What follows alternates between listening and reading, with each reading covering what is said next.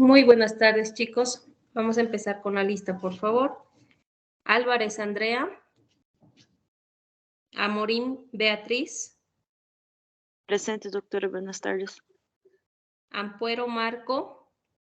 Presente, doctora. Buenas tardes. Arancibia Camila. Presente, doctora. Buenas tardes.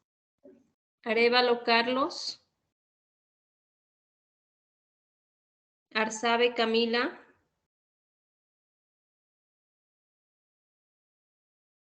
Barbato Contreras. Caso Estefanía. Presente, doctora. Buenos días. Castro Homero. Do Amaral Daine. Dos Santos Juliana. Presente, doctora. Buenas tardes.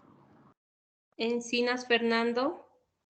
Presente, doctora. Buenas tardes. Escobar Esther. Farfán Brian. Fernández Marco. Ferreira Freddy. Presente. Flores Saraí. Flores Belén. Flores Carolina. Galindo Andrés. Presente. Gamboa Noelia. García Cristian. Hinojosa Graciela. Huaynoca Daniel. Huayta Frank. Lastra Cintia. Limpias Alex. Llamoca Leila. Presente, doctora. Buenas tardes. Luciano Yarmison. Muy buenas Presente, tardes. doctora. Buenas tardes. Bien. Martínez Sebastián. Presente, doctora. ¿Se escucha? Sí. Gracias, doctora. Nilipo Snipers. Presente, doctora. Ocampo William. Olivera José. Pérez Vanessa. Presente, doctora. Buenas tardes. Muy bien. Pierola Melina. Rojas Juan. Salgueiro Carlos. Sarmiento Janet. Sharifi Mohammad. Presente, doctora. Taboada Cristian. Presente, doctora. Buenas tardes. Terceros Natalia. Presente, doctora. Buenas tardes. Ay, no sé si me salté. ¿Se me escucha, doctora? Sí, te escuché, Natalia. Soria Luciana, no sé si me salté. Creo que no está. Vargas Diego. Presente, doctora. Vargas Valesca. Vilches Kiara. Presente, doctora. Villagra Fabián. Bizacho Diego. Zambrana Natalie. Presente, doctora. Buenas tardes. Muy buenas tardes, chicos. ¿Alguien que recién haya ingresado, chicos? Doctora Escobar, por favor. Bien. Escobar y Álvarez ya están registradas. Muchas gracias, doctora. Doc, igual Apellido. Rojas. Rojas, ya estás. Pablo. Doc. Fabricio Barbato también, por favor. Ya, Barbato, ya está. Álvarez Andrea también ya está registrada. Ya. Gracias, doc. ¿Alguien más, chicos? Muy bien. Tenemos que terminar, bueno, vamos a ver el tema de soporte nutricional en paciente quirúrgico. Ya habíamos estado viendo en relación a todos los trastornos hidroelectrolíticos la importancia que tiene el aporte de nutrientes, especialmente en un paciente que va a ser sometido a una cirugía, ¿cierto? Cualquier paciente que va a ingresar a una intervención quirúrgica tiene que tener horas de ayuno. Estas horas de ayuno, chicos, va a depender al tipo de procedimiento al que se lo va a someter al paciente. Por ejemplo, si es una cirugía programada, generalmente se les pide un ayuno de 6 horas. Es por eso que generalmente los dejamos a los pacientes, los internamos un día antes y pedimos que no consuman nada por vía oral a partir de las 10 de la noche, en caso de que la cirugía sea a las 8 de la mañana. Pero vamos a ir variando un poquito eso de acuerdo al tipo de cirugía. Como les digo, si es una cirugía menor, no hay ningún problema, pero si son cirugías mayores, incluso el solo hecho de dejarlos en NPO, es decir, nada por vía oral, también tenemos que considerar el tiempo que vamos a preparar a ese paciente. ¿A qué me refiero con esto? Los pacientes que van a ser sometidos a cirugías mayores como hemicolectomías, resecciones ya sea por cáncer, ya sea por megacolon y demás, ese intestino tiene que estar limpio. Es por eso que 3 días previos a la intervención quirúrgica, a este paciente se le hace una preparación mecánica y una preparación antibiótica. Dentro de la preparación mecánica, básicamente el consumo de solo alimentos que sean líquidos, que no sobrecarguen el hecho de los carbohidratos, las carnes y demás, sino que va a estar en base a dieta líquida y además la realización de los enemas evacuantes para que el día de la cirugía, el momento en el que se va a realizar la resección, no se contamine el campo quirúrgico con las heces. Entonces, es muy diferente estos pacientes que van a ir preparándose, ya que cada uno va a tener un requerimiento basal diferente y que tenemos que tomar en cuenta para que la evolución de nuestros pacientes sea la adecuada, ya que si nosotros no damos un buen aporte nutricional al paciente, ya sea en el pre y en el postoperatorio, vamos a aumentar la morbimortalidad de los pacientes. Otro aspecto importante a considerar es el estado previo de nutrición del paciente. En este caso podemos hacer referencia sobre todo a los pacientes que acuden a emergencias donde las patologías que tienen que ser resueltas en menos de 24 horas, ¿cierto? Por algo van al servicio de emergencias. Y estos pacientes, lamentablemente, no podemos ponerlos en condiciones nutricionales adecuadas para someterlos a cirugía. Es decir, ingresamos tal cual están, porque no podemos reponer proteínas y demás antes de esa cirugía que obviamente es de emergencia, ¿cierto? Muy diferente a aquellos pacientes que van a ir por consulta externa, que si una vez hecha la evaluación detectamos un cierto grado de desnutrición o lo contrario, ¿cierto? Un grado de obesidad, tenemos que primero compensar a este paciente. ¿Por qué? Porque es una cirugía programada, no es emergencia y sabemos que el estado nutricional del paciente va a reflejar una evolución en el postoperatorio principalmente.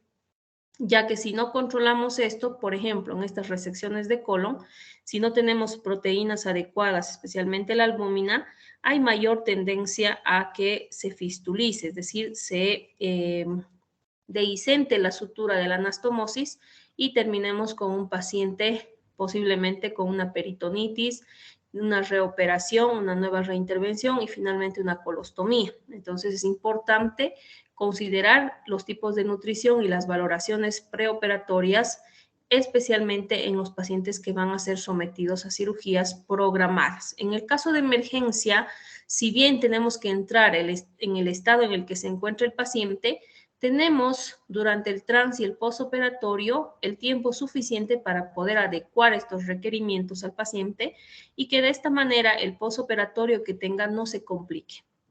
Ya que si entramos con un paciente con deterioro nutricional y no suplimos las necesidades, vamos a tener estancias hospitalarias prolongadas, vamos a tener un aumento de la morbilidad y también de la mortalidad.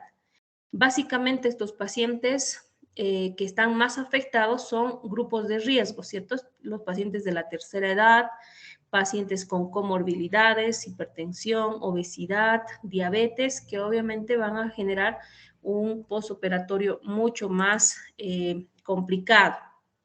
Estas alteraciones tanto nutricionales como dependiendo del tipo de intervención quirúrgica, va a repercutir directamente sobre las reacciones metabólicas en el organismo, principalmente si hay un consumo insuficiente de los alimentos o si hay un aporte insuficiente de los sustratos para los diferentes tipos de reacciones en el organismo y obviamente un déficit también de los mediadores químicos. Hemos visto en electrolitos la importancia que tiene incluso el hecho de aporte de volumen, aporte de sodio, aporte de potasio, el aporte de calorías. Si no tenemos los sustratos suficientes para que puedan ocurrir toda esta respuesta metabólica, obviamente va el paciente a tratar de generar energía, ¿cierto? Porque para que el paciente comience a recuperarse, para que comience a haber una cicatrización o un restablecimiento del organismo, se va a requerir de sustratos y principalmente de gasto energético. Si no aportamos la suficiente cantidad de energía a este paciente, el paciente va a comenzar a metabolizar y, vamos a decirlo así, no desintegrar, el término sería como que a degradar todas las reservas del individuo. En este caso, para poder generar energía, va a tener que degradar las proteínas, va a haber consumo de los aminoácidos, a nivel de la masa muscular va a haber el gasto cardíaco justamente por esta degradación o el uso de proteínas de reserva, va a activarse prácticamente, en otras palabras, la gluconeogénesis, ¿cierto? La producción de calorías a través de otros sustratos como son los ácidos grasos, las proteínas, el ácido láctico, y se van prácticamente eliminando todas las reservas que podría tener este paciente, lo que va a llevar a una inadecuada recuperación de las heridas, va a llevar a una cicatrización deficiente y también va a llevar a que el sistema inmunológico de este paciente se deprima. Entonces vamos a entrar a otra etapa. Lo vamos a ver en el tema siguiente de respuesta metabólica al trauma. Vamos a entrar a una etapa de hipercatabolismo, donde el paciente no va a poder recuperarse. Y ahí es donde nosotros tenemos que aportar la cantidad suficiente de sustratos, energía, glucosa, electrolitos, volumen, para que este paciente pueda de manera óptima utilizar todos estos sustratos y que la recuperación sea la más óptima. Y evidentemente tenemos incluso la estancia hospitalaria que va a ser mucho más corta.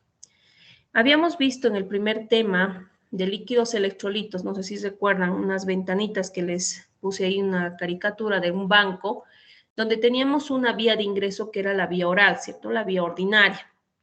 Y teníamos también las 3 ventanillas donde fisiológicamente había pérdida de líquidos y electrolitos. Luego les mostré otra imagen en la que, ¿qué pasaría si esta ventana ordinaria de vía oral estuviese cerrada? ¿Qué es lo que ocurría, chicos? ¿Alguien recuerda esa imagen?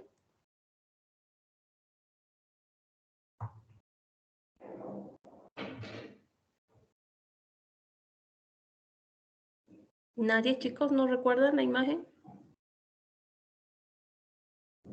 Doctora, si estaría cerrada, necesitaría recibir por ingresos extraordinarios, por el paréntesis.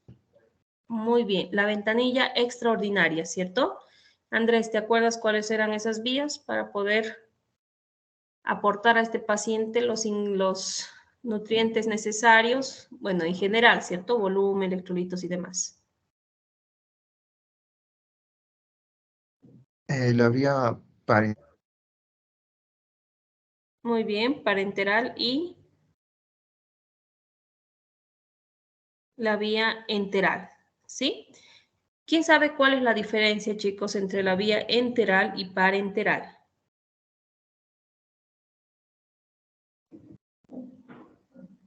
Doctora, se utiliza la vía parenteral cuando la vía enteral no es funcionante, no tiene la capacidad de absorción. Ya, la vía parenteral. ¿Y la enteral cuál es? El tubo gastrointestinal. Ya, muy bien. ¿Y por qué la diferenciamos de la vía oral, la vía enteral? Si igual tenemos el tracto intestinal. Porque, por ejemplo, puedo poner una sonda directamente al estómago duodeno, por ejemplo, y no utilizo la vía oral. Muy bien. Entonces, chicos, vamos a tener 2 vías de alimentación a través de esta ventanilla extraordinaria, ¿cierto? Es un paciente que no puede consumir los alimentos por vía oral. Son muchas las causas. Una de las más frecuentes son pacientes con secuelas de ACVs, es decir, no pueden alimentarse, no pueden masticar, pero aquí viene una palabra clave, pero tiene un tracto gastrointestinal funcional. Entonces, el requisito para poder elegir entre una alimentación enteral y parenteral es la funcionalidad del tracto gastrointestinal. Si este tracto gastrointestinal es funcional, puedo administrar a mi paciente alimentación por vía enteral. Y si el tracto gastrointestinal es no funcional, voy a optar por la alimentación parenteral, ¿cierto?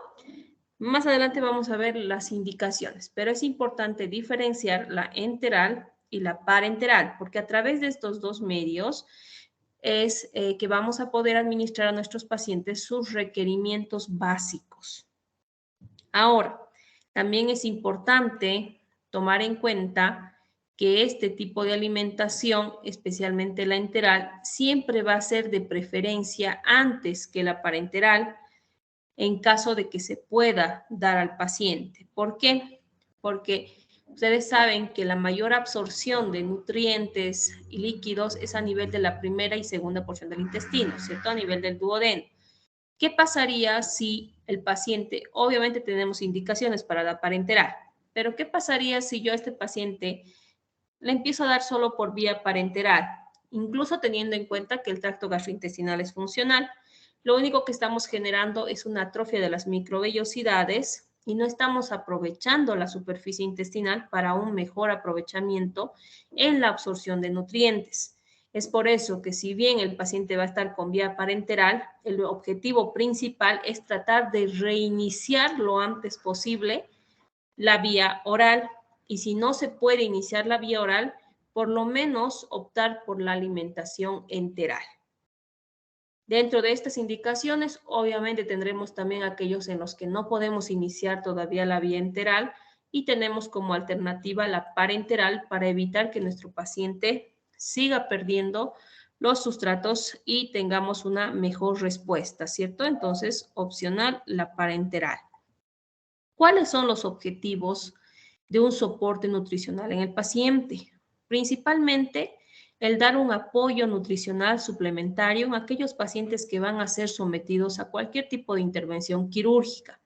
Evitar, y más que detener, es aportar los sustratos suficientes para los procesos catabólicos que se desencadenan después de de la activación de cualquier estímulo, ¿cierto? No siempre son traumáticos, pueden ser procesos infecciosos como una apendicitis o procesos inflamatorios como la colecistitis, pancreatitis, es decir, cualquier estímulo externo que desencadene una patología o el mismo hecho de que el paciente va a ser sometido a intervención quirúrgica va a desencadenar una respuesta metabólica a ese estímulo. Entonces necesitamos dar un apoyo suplementario para esas demandas que el organismo va a comenzar a iniciar en la fase de catabolismo. También nos va a ayudar a restablecer las deficiencias o corregir los excesos nutricionales, como en el caso de la obesidad. También tenemos que calcular la cantidad de nutrientes que un paciente va a requerir, sobre todo en base al cálculo de las kilocalorías que requiere un paciente en 24 horas, para poder aportar esa misma cantidad y evitar que el paciente entre en un déficit calórico, ¿cierto? Y comience a degradar los elementos básicos para este paciente. ¿Cuáles son los pacientes que requieren este aporte suplementario, que requieren un soporte nutricional? Primeramente, en aquellos pacientes que lamentablemente por algunas alteraciones pueden tener mala absorción a nivel intestinal. Les mencioné hace un momento que la mayor superficie de absorción está entre la primera y la segunda porción del duodeno. En este caso, si hay un síndrome de mala absorción, no va a poder absorber la cantidad suficiente y tenemos que dar un suplemento adicional para que este paciente no llegue a una desnutrición. También tenemos que tomar en cuenta los estados hipercatabólicos graves y prolongados. En este caso, específicamente a los pacientes que tienen quemaduras de más del 50% de superficie corporal quemada, no nos podemos quedar en este caso cortos. ¿En qué sentido? Si yo tengo un paciente quemado, gran quemado, más del 50% de superficie corporal quemada, no puedo tratar de compensar con una vía periférica, ¿cierto? Vamos a ir un poquito a la parte parenteral, que son por dos vías, ¿cierto? Por vía periférica o por vía central. En este caso, por un estado hipercatabólico mucho más intenso y prolongado, como es el caso de los pacientes quemados, no voy a perder el tiempo poniéndole solo una vía periférica, ¿cierto? Sino al contrario, tengo que ponerle una vía central para poder aportar mayor cantidad de volumen, mayor cantidad de proteínas, mayor cantidad de calorías y sobre todo la reposición electrolítica. Lo mismo va a ocurrir en pacientes politraumatizados, pacientes que cayeron de un quinto piso, cuarto piso, es decir, pacientes que tienen un antecedente que obviamente sea de gran magnitud y donde va a requerir mayor aporte. Si es algo leve, puedo optar, en caso de que no pueda consumir por vía oral ni enteral, puedo optar por una vía periférica para dar este soporte nutricional. Pero específicamente para complementar estas demandas de los pacientes es mejor una vía central. En el caso de los pacientes con necesidad de un descanso a nivel intestinal, especialmente en los postquirúrgicos, antes sí daban como indicación colocar una vía central. Sin embargo, hoy en día tenemos nutriciones parenterales que pueden ser administradas por vía periférica, tomando en cuenta la osmolaridad, no sobrepasar los 800 miliosmoles y en casos muy severos optar por una vía central. Sin embargo, el mismo hecho de que el paciente puede recibir ahora por vía periférica, en el caso, por ejemplo, de los pacientes con megacolon chagásico, en los que hay que hacer resección intestinal y anastomosis, necesitamos dejar en un reposo de por lo menos 6 a 7 días ese intestino. De manera que el paciente, al estar en ayuno durante estos 5, 6 o 7 días máximo, tenemos la seguridad de que no está pasando materia fecal a través de esta anastomosis y permite una adecuada cicatrización. Generalmente hasta el 6º día es el tiempo que esperamos para determinar si esa anastomosis ya es segura. Durante ese tiempo no podemos dejar al paciente en ayuno simplemente, ¿cierto? No podemos utilizar solo una vía periférica con un Ringer lactato o una solución fisiológica, sino al contrario, tenemos que dar un soporte nutricional que hoy en día les voy a mostrar al final de las diapositivas estos preparados que vienen con todo el requerimiento tanto de nutrientes, calorías, oligoelementos, vamos a ver ahorita la administración incluso de lípidos y demás, que pueden ser administrados por vía periférica. Ahora, si hay mayor demanda porque el paciente es desnutrido de la tercera edad, tendremos que colocar estos suplementos por vía central. Y también aquellos pacientes que presentan desnutriciones proteicos calóricas graves, ¿cierto? Entonces, esos 4 grupos son los más indicados para poder dar el soporte nutricional. Para poder valorar al paciente es necesario realizar una buena historia clínica tomando en cuenta los hábitos alimenticios, ¿cierto? Todos los antecedentes en relación a ya sea pérdida de peso, aumento de peso, todas las patologías metabólicas asociadas a este paciente. Tenemos que tomar en cuenta los malos hábitos dietéticos, tenemos que tomar en cuenta los fármacos que consume por patologías de base, también las intervenciones quirúrgicas, ¿cierto? Los antecedentes de que tal vez a este paciente le hicieron una resección intestinal, tendremos que tratar de averiguar a qué nivel se hizo la cirugía, si se hizo resección intestinal, si es que este paciente va a tener mayor probabilidad de desnutrición en el postoperatorio porque, bueno, fue sometido a una resección quirúrgica. En aquellos pacientes, por ejemplo, que desarrollaron trombosis mesentérica y se hacen resecciones intestinales grandes a nivel del intestino delgado, también es importante saber si es que ha tenido este antecedente quirúrgico, ya sea secundario, incluso antecedentes traumáticos o procesos infecciosos. ¿Por qué? Porque todos estos antecedentes van a afectar directamente a la funcionalidad a nivel del tubo gastrointestinal. Y si tuviésemos alguna limitación a nivel del tubo gastrointestinal, optaremos inicialmente por la vía parenteral y no arriesgamos al paciente a tratar de utilizar una vía enteral si acaso no va a ser efectiva justamente por todos estos antecedentes. Para poder cuantificar el problema nutricional, tenemos que valorar al paciente, ¿cierto? Tenemos que tomar en cuenta el peso corporal para poder determinar el índice de masa corporal de los pacientes. ¿Quién recuerda cómo se saca el índice de masa corporal, chicos?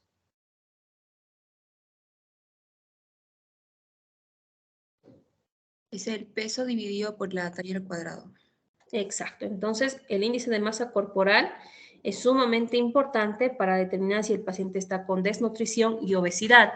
¿Y por qué me sirve esto en las cirugías? Desnutrición no hay mucho problema porque un déficit, especialmente proteico calórico, nos va a llevar a una falla en las anastomosis, en las ligaduras, a nivel del conducto, de la arteria cística o en el caso de la base apendicular y demás. Y la obesidad también en algunas patologías, por ejemplo, como las hernias incisionales, donde lamentablemente los pacientes que son muy obesos, si realizamos las hernioplastías, terminan con mucha tensión y lamentablemente incluso la ruptura de los músculos, ¿no? O en este caso de la aponeurosis, provocando mayor daño en lugar de beneficio a este paciente. Entonces, muchos, por ejemplo, no comprenden esto y piensan que es solo operar, y no, incluso está establecido cierto grado de pérdida de peso para recién este paciente ser candidato a diferentes tipos de procedimientos quirúrgicos. Incluso el mismo hecho de que un paciente sea sometido a una cirugía bariátrica,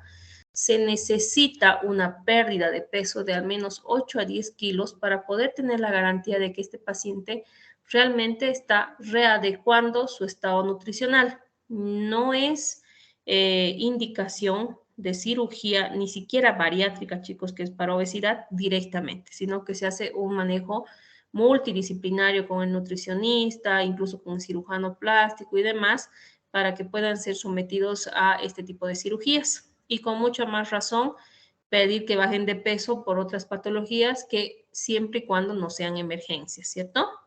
La antropometría igual nos va a servir para ver y medir la cantidad de tejido graso que tiene este paciente. Las proteínas que van incluidas ahí, la proteína albúmina, la transferrina, y estudios imagenológicos, que si bien no los tomamos de manera rutinaria para medir el tejido graso, sí en algunos diagnósticos de patologías nos dan dimensiones de la cantidad de tejido graso que tiene este paciente, y también la medición del agua corporal total, que en realidad no se hace y ya sabemos las fórmulas, ¿cierto? Y en realidad para poder hacer la medición se utilizan radioisótopos, pero es por eso que tenemos ya la fórmula de cómo saber cuánto de volumen debe tener el paciente y lo evaluamos de acuerdo a la diuresis horaria, ¿cierto? Entonces, el peso corporal sabemos que es importante para poder sacar nuestro índice de masa corporal, que debería ser entre 18.5 a 24.9. Menor a esto es un paciente con bajo peso, y por encima tenemos los grados, ¿no? De sobrepeso, obesidad grado 1, 2 y hasta un grado 3. La indicación para que un paciente pueda ser sometido a una cirugía es de por lo menos un índice de masa corporal de 30, entre 30 a 35. Si tienen obesidad grado 2 o 3, primeramente se pide que disminuya de peso para recién ser candidato a una intervención quirúrgica donde tengamos resultados óptimos, ya que si tenemos alteración en el peso especialmente, tanto de desnutrición como de obesidad, va a haber una complicación en el postoperatorio por la dificultad en una buena cicatrización, por la depresión del sistema inmunológico que va a predisponer al paciente a procesos infecciosos y puede poner incluso hasta riesgo de muerte en este paciente. En especial los obesos, ¿cierto? No pueden intubar, los cuello corto, limitación sobre todo a nivel de la oxigenación, la posición en las que se los pone a los pacientes, porque no todos son sometidos a procedimientos quirúrgicos bajo anestesia general. Hay algunos que tenemos que hacerlos en decúbito ventral, algunos que están en decúbito dorsal, y que obviamente hay una mayor restricción a nivel respiratorio. Entonces, más riesgo quirúrgico. Acá tenemos el índice de masa corporal, que ustedes ya saben cómo sacarlo, y los grados de obesidad. En cuanto a la antropometría, sobre todo para la evaluación de la composición del cuerpo, en la inspección vamos a ver la circunferencia muscular del brazo y la determinación del grosor del pliegue cutáneo del tríceps. A través del plicómetro vamos a poder hacer esta medición de 3 pliegues específicamente: el tríceps, el supraespinal y el subescapular. Como se puede observar acá en la imagen, el grosor estimado debe ser de 15.4 milímetros a nivel del tríceps. El supraespinal, como se puede ver acá en la imagen, 15.4 milímetros. Y finalmente, el pliegue que se encuentra justo por debajo de la escápula, el subescapular, que debe tener 17.2 milímetros. Esas son las zonas más evaluadas, sobre todo para medir o evaluar la cantidad de tejido adiposo que tiene este paciente. Las proteínas séricas, importante en los procesos de cicatrización. La albúmina especialmente es importante en la reparación, regeneración de los tejidos, al igual que la transferrina. No sé si ustedes recuerdan que en las primeras olas que tuvimos contra el COVID, la gente se preocupó más, o los individuos se preocuparon más de mejorar el sistema inmunológico, ¿cierto? Y dentro de esta mejora del sistema inmunológico, comenzaron a consumir complejo B, multivitaminas y también el hierro. Y es más, muchos de los médicos daban como terapia el consumo de una tableta de hierro día de manera indefinida. La transferrina es una proteína que va a transportar el hierro. Los valores normales que van entre 150 a 200, y valores menores a estos, un déficit del sistema inmunológico.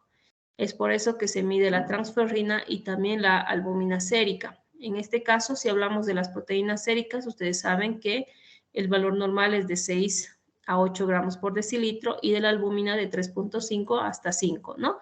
Y que ahí tiene sus pequeñas variaciones. Si tenemos una albúmina entre 2.8 y 3.5, una deficiencia leve, moderada entre 2.2 a 2.7 y grave menor a 2.2. En esos casos tenemos que hacer el aporte de albúmina que vienen en frascos, que lo vamos a ver después. En cuanto a la imagenología, como les dije, no son de rutina para evaluación nutricional.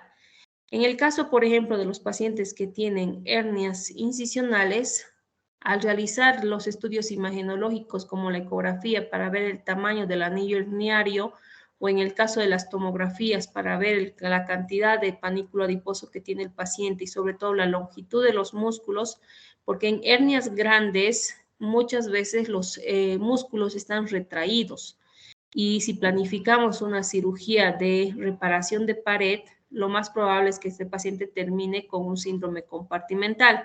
Entonces, es importante realizar las tomografías previas para la medición de la longitud de los músculos, para medición del defecto herniario y la programación de las intervenciones quirúrgicas. Entonces, de manera indirecta nos aportan los datos de la cantidad de panículo adiposo que tiene este paciente. Y el agua, como les dije, ya ustedes saben cómo hacer el cálculo. ¿Cuáles son las prioridades en esta reposición nutricional? Restablecer el balance de líquidos y electrolitos, corregir cualquier trastorno de anemia o hipoproteinemia, administrar la cantidad adecuada de calorías, resolver el balance nitrogenado negativo. Esto específicamente en relación a la degradación de las proteínas y obviamente mayor consumo por el hipercatabolismo. Entonces no podemos dejar que este balance sea negativo, sino que tenemos que dar el suplemento de aminoácidos para no terminar nuestras reservas y dar la cantidad necesaria de vitaminas. Aquí tenemos el aporte requerido en 24 horas en aquellos pacientes que tienen, prácticamente esto es lo basal. Siempre tenemos que tomar en cuenta un riesgo sobreañadido dependiendo la gravedad de los casos. Ahorita les voy a mostrar otra fórmula donde vamos a aumentar hasta 1.3 o 1.6 el valor basal en aquellos pacientes con mayor hipercatabolismo o hipermetabolismo. El requerimiento basal de calorías es de 25 a 35 kilocalorías kilo peso día y entre 150 a 200 gramos de proteínas. El aporte calórico está en base al 65% de carbohidratos, 25% de proteínas y 10% de grasas o lípidos. Acá en un cuadro pueden observar el requerimiento proteico, que es de 1 a 1.5 gramos kilo peso día. En el caso de los pacientes que no tienen una patología muy severa, es decir, no hay un paciente, vamos a hablar de pacientes con hernias umbilicales o pacientes que van a ser sometidos a una colecistectomía programada, es decir, no hay un trauma severo en este paciente, el requerimiento puede ser solo de 1 gramo kilo peso día, pero en los pacientes muy graves, hasta 2 gramos kilo peso día. El requerimiento de proteínas de 3 a 4 miligramos kilo peso día y el requerimiento de lípidos, siempre hay que tomar en cuenta el tiempo el cual vamos a someter al paciente en ayunos. Si no es muy largo, a veces no es conveniente la administración de lípidos. Siempre y cuando el ayuno se prolongue a semanas, sí podemos administrar 1.5 gramos kilo peso día. Y incluso en pacientes en terapia intensiva, se recomienda la administración de lípidos 2 veces por semana o por lo menos interdiario, haciendo controles sobre todo de la función hepática. Esta es la fórmula que ustedes van a calcular para poder saber el requerimiento calórico de cada paciente en 24 horas en estado de reposo, es decir, no está habiendo una patología, no está siendo el paciente sometido a un trauma, es el requerimiento en reposo.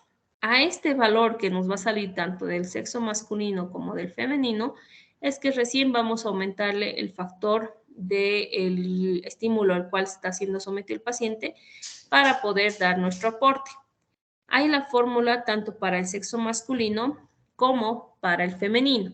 Muchos dirán ahí, pero se ha equivocado. Si en el varón dice 66.47 y en la mujer 655, la fórmula es correcta, chicos. Ya la hemos revisado muchas veces y no hay error ni de taipeo. Así que vamos a hacer la práctica. Les voy a pedir a ustedes que puedan realizar, por favor. Vamos a simplemente reemplazar estos datos en base a la fórmula y sobre todo a los datos que ya lo tenemos ahí preestablecidos, ¿cierto? Vamos con el primero. Yo también voy a traer una hojita. A ver, vamos a hacer, sobre todo como modo de práctica, chicos, porque en el momento del examen a veces no saben de dónde salió, cómo salió y demás. Vamos a hacer primero con la fórmula de el sexo masculino. A ver, voy a preguntar. Andrés, ¿cuánto quieres que pese nuestro paciente? 75. Y ya. Entonces ponemos 66.47 más, abrimos paréntesis, 13.75 por 75. Tomen en cuenta siempre las unidades que les está pidiendo en la fórmula. Dice peso en kilogramos, ¿cierto? Muy bien, avanzamos. Más 5 por la talla. Vamos a preguntar a Diego. Diego, ¿cuánto quieres que mida nuestro paciente?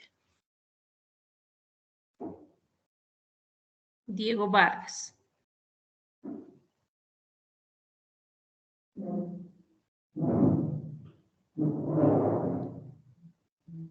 Creo que no está Diego. Sí, yo, doc. 1,80. Ya, 1,80. Entonces, ¿cómo tendríamos que poner Valesca? El peso 75, después 5 por 1,80 sería. Ojo, ¿qué dice la fórmula? Talla en centímetros. ¿Cuánto tenía que ser? Y a 180. Exactamente. Cuidado en el examen. Menos 6.76 por cuánto va a tener de edad.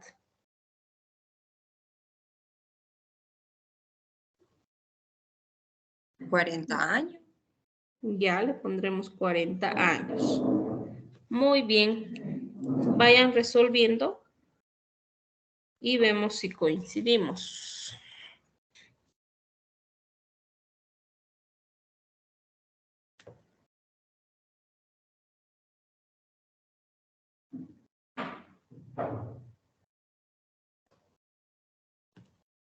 Doctora, me salió 1727.32. Ya, 1727.32. Vamos a esperar el resto que dice.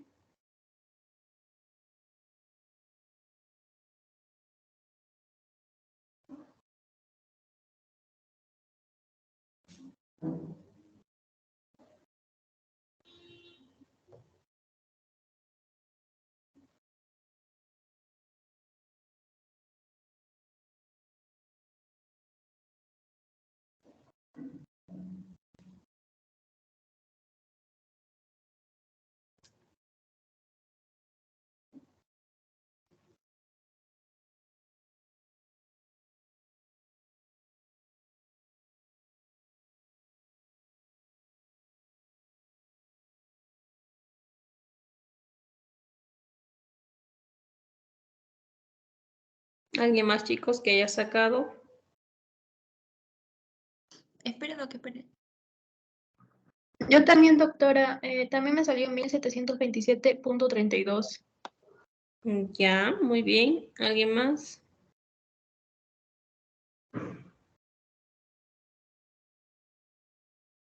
Eh, 1727.32. Ya, perfecto. ¿Alguien más, chicos? ¿Alguien que no haya sacado ese valor?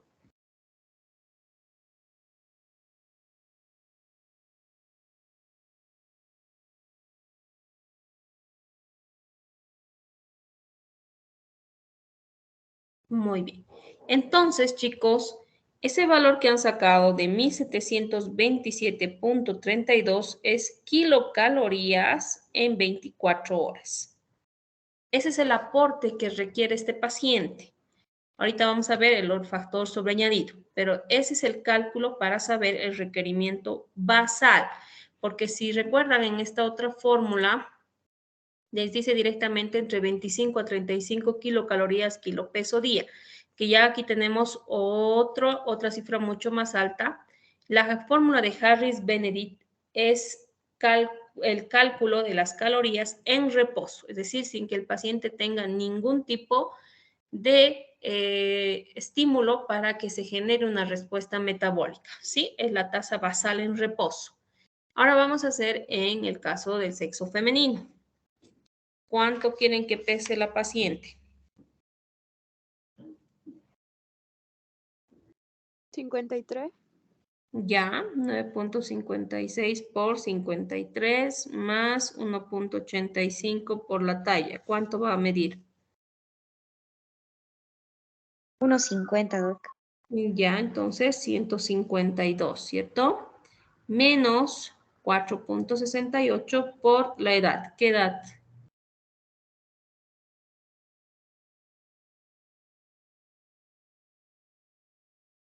¿Cuántos años quiere? 24. Ya, 24 años. Vamos, calcule.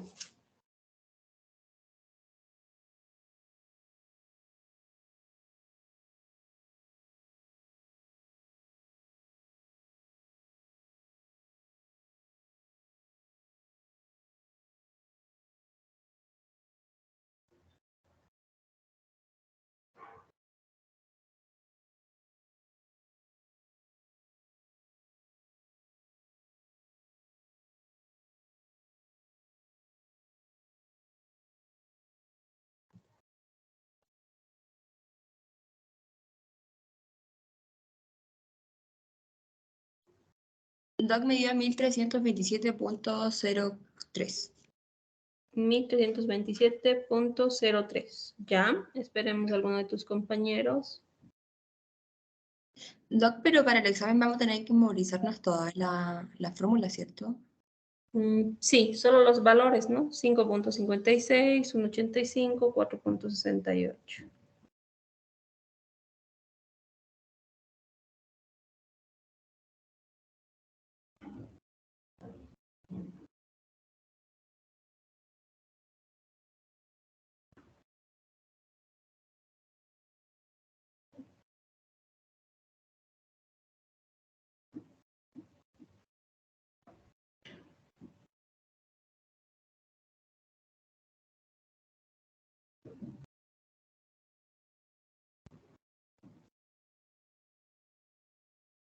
A alguien que no le haya salido, chicos, ese valor.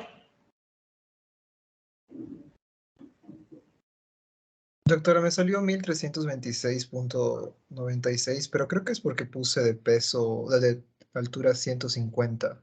¿O Ah, cuánto ya. era? Sí, puede ser. Sí, porque tiene que salir 1327.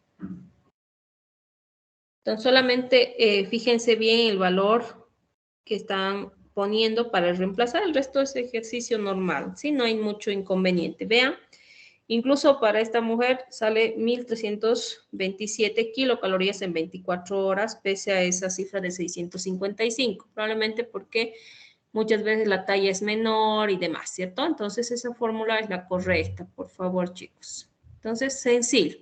Ahora vamos a la parte en la que tenemos que aumentar a ese valor que nos ha llegado a salir, ¿cierto? Porque les había dicho que esta fórmula es en reposo.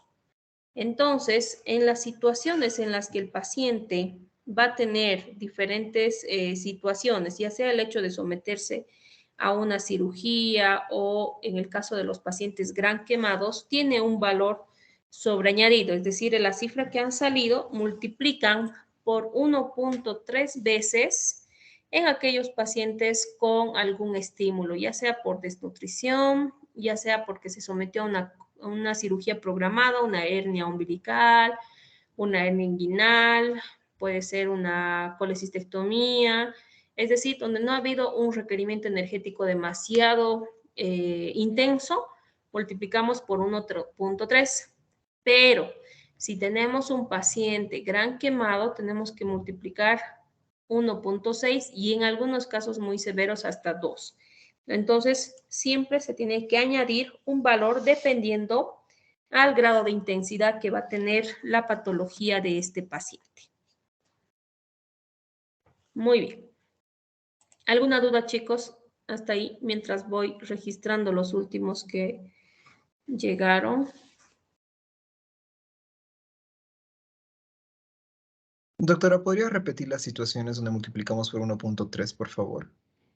Ya, 1.3, situaciones en las que el paciente no es grave, ¿no? Por ejemplo, las programadas, una vesícula que tiene que ser programada, no está inflamada, pero comparando a un paciente que tiene un cuadro de colecistitis complicada, empiema vesicular, además es diabético, tenemos que darle un factor más, ¿cierto? En este caso sería 1.6.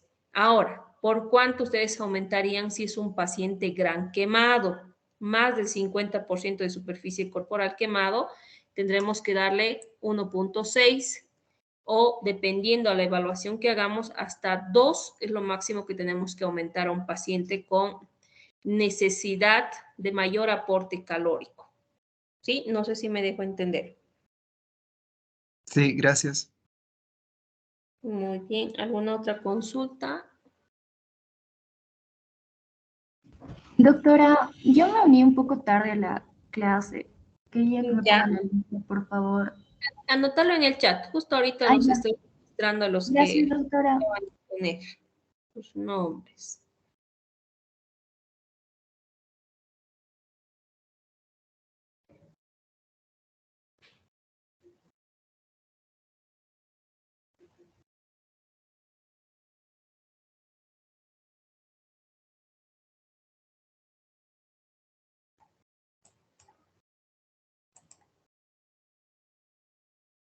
Muy bien.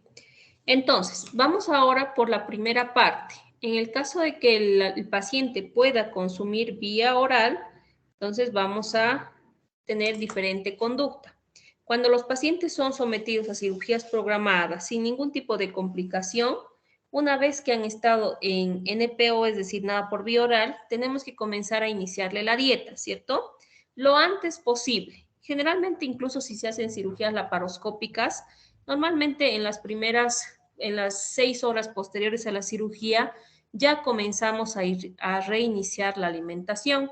Solo que no es de golpe dar todo el tipo de comida, ¿cierto? Sino que vamos a ir progresando de manera secuencial.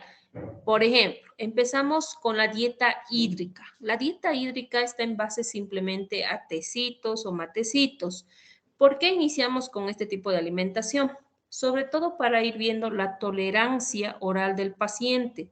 Si este paciente no lo tolera, comienza con náuseas, comienza incluso a vomitar, tenemos que suspender. Entonces no progresamos más la dieta y volvemos a la vía parenteral, en este caso por una vía periférica, porque es un paciente que no ha sido sometido a una intervención grave, sino una programada sin complicaciones. Pero vamos a suponer que el paciente sí ha tolerado bien la alimentación, en este caso la dieta hídrica, no ha habido náuseas, no ha habido vómitos. En ese caso progresamos a dieta líquida. Para progresar a esta dieta, también tenemos que tomar en cuenta la canalización de gases y la presencia de ruidos hidroaéreos. Caso contrario, no podemos seguir cambiando la dieta porque el paciente va a comenzar con distensión abdominal. La distensión abdominal va a llevar también a los vómitos y demás. Entonces, descompensamos a los pacientes. La dieta líquida ya va en base a sopitas, obviamente nada sólido. Podemos administrar gelatinas, darles en la dieta la gelatina, avena, maicena, es decir, cosas más líquidas, ¿no? Si el paciente tolera bien este tipo de alimento, ya hay canalización de gases, progresamos a dieta blanda. Generalmente, entre lo que es la dieta líquida y blanda, es el periodo en el que damos de alta a los pacientes, pero un alta hospitalaria, es decir, todavía vamos a seguir observándolo al paciente una vez que se vaya del hospital. Y muchos de los pacientes se van con dieta blanda, ¿cierto? Les decimos no consuma picantes, no consuma exceso de grasas, no bebidas alcohólicas y demás. Y una vez que pasa un periodo de por lo menos unas 2 a 3 semanas, podemos completar con dieta normal, es decir, ya restituir su hábito original en el caso de los pacientes, o si es diabético, continuar con su dieta específica por el nutricionista. Y ahí es donde normalmente les damos un alta médica, es decir, ya puede irse a su casa, ya no es necesario más controles. ¿En quiénes vamos a dar complementos vitamínicos? Y seguramente ustedes han debido escuchar, tal vez por vecinos, familiares, los pacientes de la tercera edad, ¿cierto? Donde les damos, en algunos casos los nutricionistas les dan suplementos como el Ensure, el PBM y demás, ¿no? Hay compuestos ya preparados para que ellos puedan tomar a dosis diarias de suplemento de vitaminas, o en algunos casos ya los pacientes van tomando sus tabletitas de complejo B diarios, multivitaminas y demás. Pero si es un paciente que puede ingerir los alimentos, frutas, verduras y demás, es ideal y no recurrir a los suplementos. Los suplementos van ya hacia personas específicas que tienen un déficit proteico que tal vez no se lo ha podido manejar por completo durante la internación y tenemos que darlo de alta. Ahí sí vamos a ir complementando. Y lo bueno de estos suplementos es que hoy en día ya tenemos para todo tipo de pacientes. Hay los preparados de la Ensure, PBM, Ensoy, el Petit Junior, son varios suplementos que hay que son específicos para pacientes diabéticos, para pacientes renales, incluso para pacientes que tienen antecedente de constipación. Hay suplementos con fibra dentro de los componentes y que ayuda en la digestión. O pacientes que necesitan mayor absorción de proteínas, también específicamente, y ya vienen los preparados, pero son grupos específicos a los cuales vamos a implementar estos suplementos. Muy bien. Vamos a entrar ahora entonces a los tipos de alimentación, que en este caso son aquellos pacientes que no pueden recibir por vía oral, y vamos a tener las dos vías de administración, la enteral y la parenteral. Aquí pueden ver ustedes, una vez que hemos hecho la evaluación nutricional de nuestro paciente, se tiene que detectar desnutriciones previas, se tiene que definir qué tipo de intervención va a tener el paciente, porque de acuerdo a ese tipo de intervención o de acuerdo a la patología que tiene, nosotros tenemos que deducir si la tasa de metabolismo va a ser alta, va a tener un cuadro de hipercatabolismo intenso, donde tenemos que hacer mayor aporte, ¿cierto? Y también tomar en cuenta de que va a tener periodo de ayuno, no solo de 3 días, hay algunos casos que puede durar incluso hasta semanas. En base a qué elegimos la nutrición, les había dicho que de acuerdo a la funcionalidad del tracto gastrointestinal. Si el tracto gastrointestinal es funcional, voy a optar por la nutrición enteral. La nutrición enteral es a través de sondas o a través de procedimientos quirúrgicos como las gastrostomías o las yeyunostomías. En este caso, las más utilizadas por vía enteral son las sondas nasogástricas u orogástricas o las sondas nasoyeyunales o oroyeyunales, ¿cierto? Las nasogástricas son fáciles de colocar, ustedes seguramente lo van a hacer durante el internado, y las nasoyeyunales generalmente las colocan los gastroenterólogos mediante endoscopía, porque obviamente tienen mayor longitud y no podemos ingresar a ciegas, porque se puede doblar, se puede acodar y no nos va a servir en lo absoluto. En el caso de las sondas nasogástricas, generalmente las utilizan en pacientes, como les dije, con, por ejemplo, las secuelas del ACV, donde no pueden alimentarse y los familiares les van dando licuados a través de la sonda nasogástrica. En el caso de las sondas nasoyeyunales, sobre todo en aquellos pacientes que han sido sometidos a una intervención quirúrgica y se hizo ya sea una anastomosis o una rafia a nivel del estómago y queremos que eso descanse, queremos que esa zona no pase ningún tipo de contenido, entonces administramos o colocamos la sonda nasoyeyunal para permitir que el alimento pase, salte o evada esa zona que necesitamos que cicatrice. Una vez que hemos colocado cualquiera de estas sondas, en el caso de la orogástrica o nasogástrica, siempre se tiene que tratar de evaluar la posibilidad de ingesta por vía oral. En este caso, si ponemos la sonda nasogástrica, a ver, vamos a suponer, ¿en qué casos podríamos tener nasogástrica a permanencia?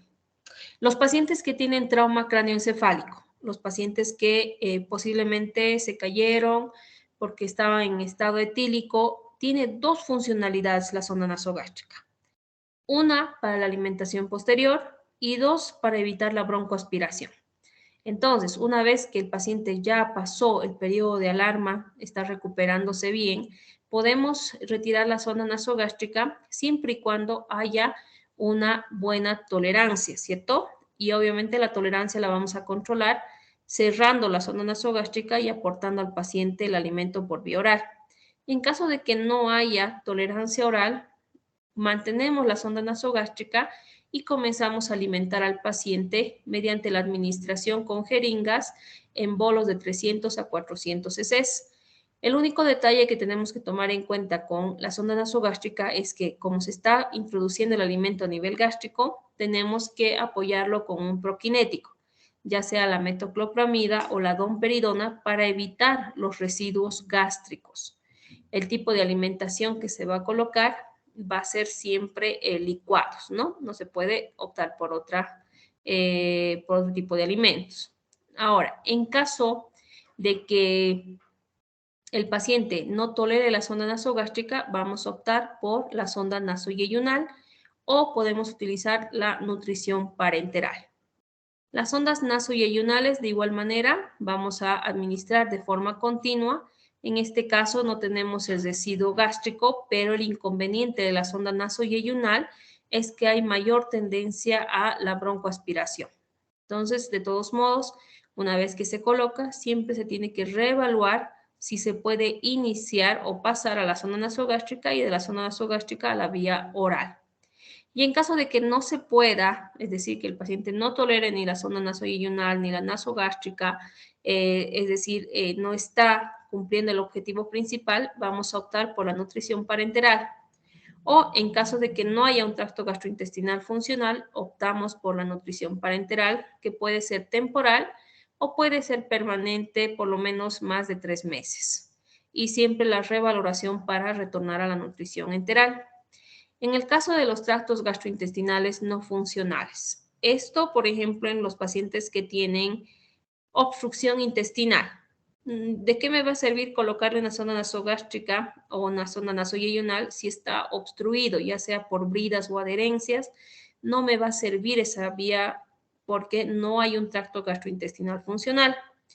En el caso del síndrome diarreico, igual, chicos, ¿de qué me sirve poder administrar por vía enteral los alimentos si el paciente está con cuadros diarreicos severos y todo lo que yo le administre lo elimina? Entonces ahí tengo que optar por alimentación parenteral.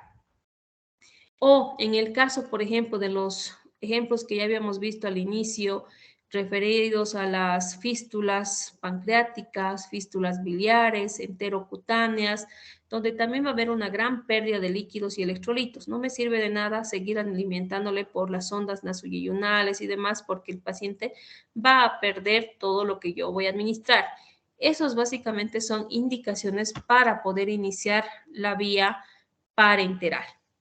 En caso de que no haya este inconveniente y el tracto gastrointestinal sea funcional, vamos a optar la alimentación por vía gástrica o la vía postpilórica. En el caso de las vías enterales gástricas, el uso de la sonda nasogástrica u orogástrica nos sirve incluso para dar un apoyo enteral máximo hasta 7 días. Como les había dicho, bajo riesgo de broncoaspiración, tenemos que dar dietas licuadas y los suplementos nutricionales, ¿no? El Ensure, Prosoy, PBM, y tener el cuidado del residuo gástrico mediante el uso del prokinético. Generalmente utilizamos metoclopramida 10 miligramos cada 8 horas, o podemos utilizar la domperidona, que es un buen ayuda en el vaciamiento gástrico y también va a reducir este bolo de residuo gástrico, ¿cierto?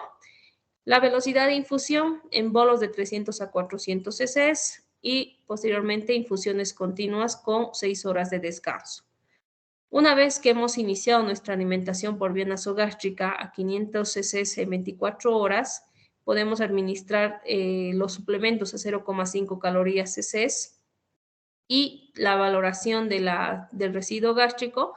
Podemos recién, una vez que había una buena tolerancia, tenemos canalización de gases, no hay vómitos, no hay náuseas, podemos incrementar de estos 500 cc hasta 2000 ml de estos alimentos por vía nasogástrica. La sonda nasoyeyunal o la postpilórica, se utiliza la sondita número 12, se coloca por vía endoscópica y este tipo de apoyo nos permite dar incluso este tipo de alimentación por más de 7 días. Incluso hay pacientes que lo tienen ya de forma indefinida por meses, especialmente estos de las secuelas de ACV, donde las familias no pueden alimentarlos y vienen constantemente a recambios de las sondas nasoyeyunales y obviamente ya los tienen por varios meses, ¿no? Mayor riesgo, pero, de broncoaspiración, hay menos tolerancia, no podemos dar en bolos porque no está entrando como en el caso del estómago, a toda una reserva, una cámara donde va a poder tener mayor cantidad de volumen. En este caso no podemos hacerlo. Y aquí tenemos que tomar en cuenta, y póngale ahí un asterisco si ustedes quieren, en pancreatitis aguda grave. ¿A qué se refiere con indicación de pacientes con pancreatitis aguda grave? El objetivo, y seguramente ustedes han visto ya este tema de pancreatitis, es no alimentar al paciente, ¿cierto? ¿Por qué? Porque cuando alimentamos al paciente, al pasar a nivel del estómago va a haber ya mayor producción de ácido, las secreciones y también a nivel pancreático. La activación de las secreciones a nivel pancreático activan más enzimas pancreáticas y por ende más digestión, mayor pancreatitis, ¿cierto? Entonces, generalmente se dejaba al paciente en ayuno. Pero ya los últimos artículos mencionan de que se puede dar un soporte nutricional a los pacientes con pancreatitis aguda grave, pero a través de la sonda nasoyeyunal, debido a que esta sonda se va directamente hasta el yeyuno y por ende el alimento no está pasando para activar todo este sistema. Entonces, podemos dar soporte nutricional a los pacientes con pancreatitis aguda grave, pero nasoyeyunal, no la nasogástrica. Ojo con eso, por favor, chicos. El tipo de dieta también, dieta completa licuada, el uso de prokinéticos, la infusión continua con 6 horas de descanso, no administración de bolón y la tolerancia o el ritmo de infusión también va a ir desde 500 cc hasta los 2 cc de estos alimentos. Aquí tenemos algunos ejemplos de las fórmulas que hoy en día se venden bastante. Ensure, fórmulas isotónicas con fibras, con residuo bajo, con mayor aporte de calorías, con alto contenido de proteínas, como les dije, para los pacientes renales, pacientes diabéticos y demás. Las opciones entonces, sondas nasogástricas, las sondas nasoduodenales, nasoyeyunales, las gastrostomías y las yeyunostomías endoscópicas. En este caso ya, si hablamos de gastrostomías o yeyunostomías, es porque el paciente tiene procesos neoplásicos, ya sea a nivel de boca, puede ser a nivel proximal de estómago, donde ya no hay un paso de alimentos. En ese caso, de manera paliativa, para poder alimentarlos, realizamos las gastrostomías y yeyunostomías, que antes obviamente se hacían más por cirugía abierta. Sin embargo, hoy en día las gastrostomías percutáneas son las de elección, porque los procedimientos son mucho más rápidos y con menos tiempo hospitalario. Les debo videos, chicos, se me ha perdido el video de acá que tenía, pero es una gastrostomía percutánea. Les voy a mandar el link para que lo vean. Entonces, ¿en qué casos tengo contraindicación para dar alimentación enteral? En aquellos tractos gastrointestinales no funcionales, obstrucción intestinal, hilios dinámicos, síndromes diarreicos, fístulas enterocutáneas de gasto elevado, y aquí, pancreatitis aguda. Me dirán, pero si ella decía indicaciones, por eso se los puse entre paréntesis. Pancreatitis aguda por vía nasogástrica, contraindicado, pero sí la sonda nasoyeyunal. Y estados de shock, ¿cierto? En estos casos no puedo dar alimentación enteral. Y si estas son contraindicaciones para alimentación enteral, ¿qué van a hacer para la alimentación parenteral? Serán sus indicaciones, ¿cierto? Entonces, indicaciones para nutrición parenteral: obstrucción intestinal, hilio dinámico, síndromes diarreicos, fístulas enterocutáneas, las pancreatitis agudas y estados de shock. Entonces, ahí tenemos algunas. Y aquí podemos aumentar los recién nacidos con alteraciones a nivel del tracto gastrointestinal. Y es más, en realidad todo esto de lo que es nutrición se comenzó a utilizar gracias a que la primera alimentación o soporte nutricional que dieron era justo en un niño que tuvo agenesia del tracto gastrointestinal y lograron mantenerlo con vida durante 6 meses gracias a la alimentación parenteral. Los lactantes con síndrome de talla baja para poder hacer un mejor aporte. Los síndromes de intestino corto, especialmente aquellos que les hacemos resección por trombosis mesentérica, fístulas entéricas, enfermos quirúrgicos con hilo paralítico, pacientes con mala absorción a nivel intestinal, pacientes con problemas neoplásicos o pacientes graves con hipercatabolismo, ¿no? Que duren más de 5 días. ¿Y cuál va a ser la forma de administración? Tenemos la nutrición parenteral total, que se administra a través de un catéter venoso central, ya sea por vía subclavia o podemos colocar a nivel de la yugular para poder administrar a este paciente, tanto en aquellos que requieran un aporte por menos de 3 semanas o aquellos que tengan un requerimiento por más de 3 semanas. Recuerdan que ya vimos incluso el aporte de calorías, ¿cierto? Y les había hablado también del aporte, sobre todo de las soluciones dextrosadas. Ahí vienen, por ejemplo, la necesidad de administrar aminoácidos 10%, dextrosa al 50% para llegar a 2.000 kilocalorías 24 horas, y el uso de lípidos, que es opcional si es que la nutrición parenteral va a ser por menos de 3 semanas.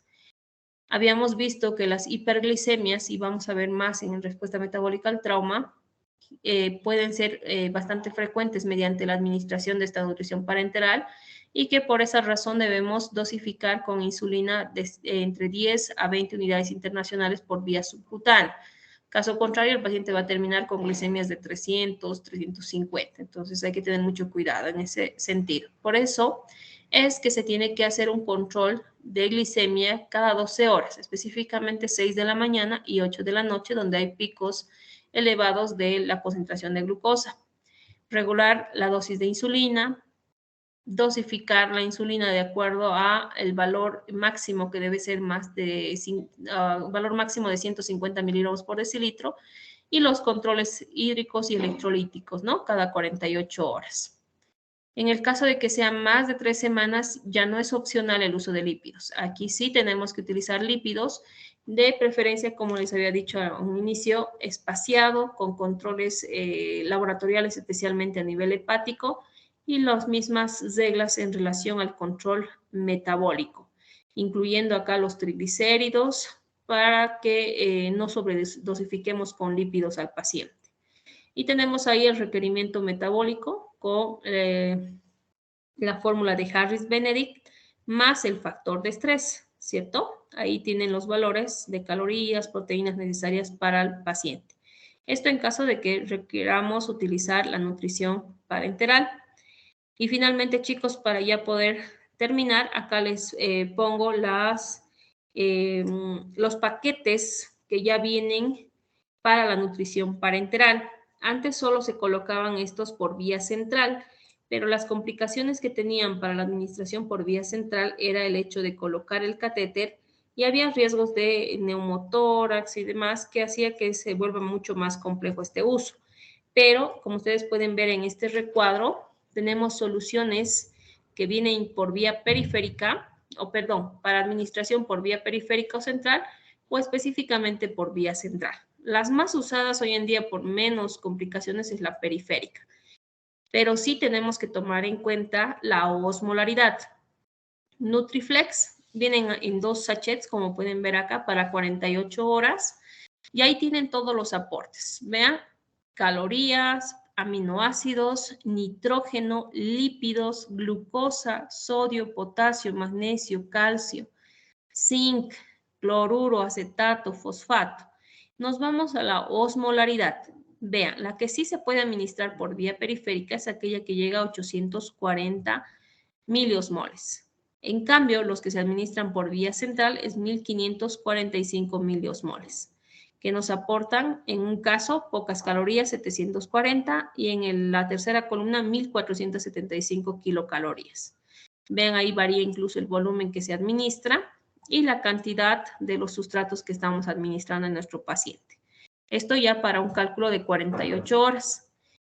Este Nutriflex era lo primero que salió y hoy en día tenemos el SMOF Gaviven, que es esta de acá. Igual tienen ahí sus componentes tanto para vía central como para vía periférica. La osmolaridad en el caso de la periférica es de 830 miliosmoles y la que administran por vía central 1230 miliosmoles.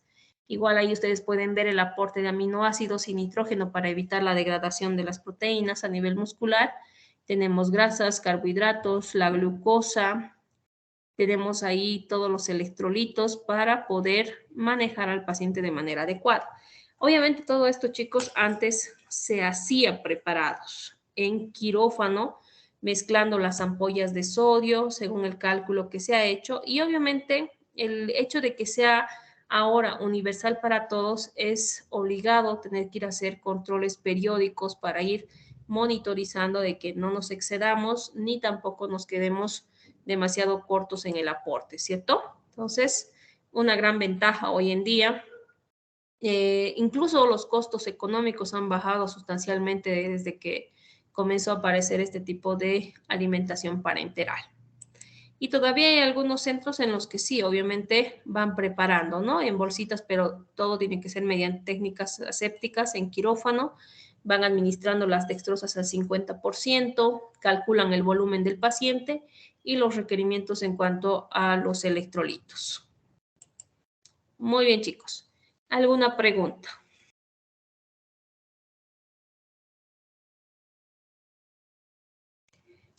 Ya están todos los de acá en el Doctora. chat registrados. Dime, te escucho. ¿Por qué se puede dar mayor osmolaridad vía central? Es por la concentración. Recuerdan que cuando hablamos incluso de potasio, teníamos un límite, ¿cierto?, de administración, que era 10 unidades para poder pasar el potasio, pero que habíamos hablado de que podíamos dividir, ¿cierto? 8 y 8, no sé si se acuerdan esa fórmula, ni equivalentes. Porque si pasábamos por una sola vía, la vena terminaba colapsando, flebitis, se esclerosaba y no podíamos administrar, ¿cierto? Es la tolerancia que tiene una vena periférica para poder administrar. Pero si tenemos un paciente muy desnutrido, no podemos optar por una vía periférica, ¿cierto? Porque vamos a necesitar más demanda. En este caso, vamos a optar por la vía central. La vía central nos sirve para dar mayor cantidad de volumen y también para dar mayor concentración al paciente, sin peligro de perder esa vía. ¿Sí? Gracias. Muy bien. ¿Alguna otra consulta, chicos? Muy bien. Gracias por su tiempo, chicos. No los voy a cansar. Sé que todavía tenemos un tema pendiente. Lo vamos a dejar para después. Si es que nos gana el segundo parcial, nos vamos a ir reacomodando. ¿Está bien? El día lunes nos vamos a ver con el tema de respuesta metabólica al trauma. Y básicamente estamos con un tema nada más ahí que vamos debiendo. ¿Está bien, chicos? Muchas gracias por su tiempo. Pueden aprovechar el resto del fin de semana, chicos. Que les vaya muy bien y cuídense. Gracias. Buenas tardes. Hasta luego, doctora. Gracias, doctora. Hasta luego.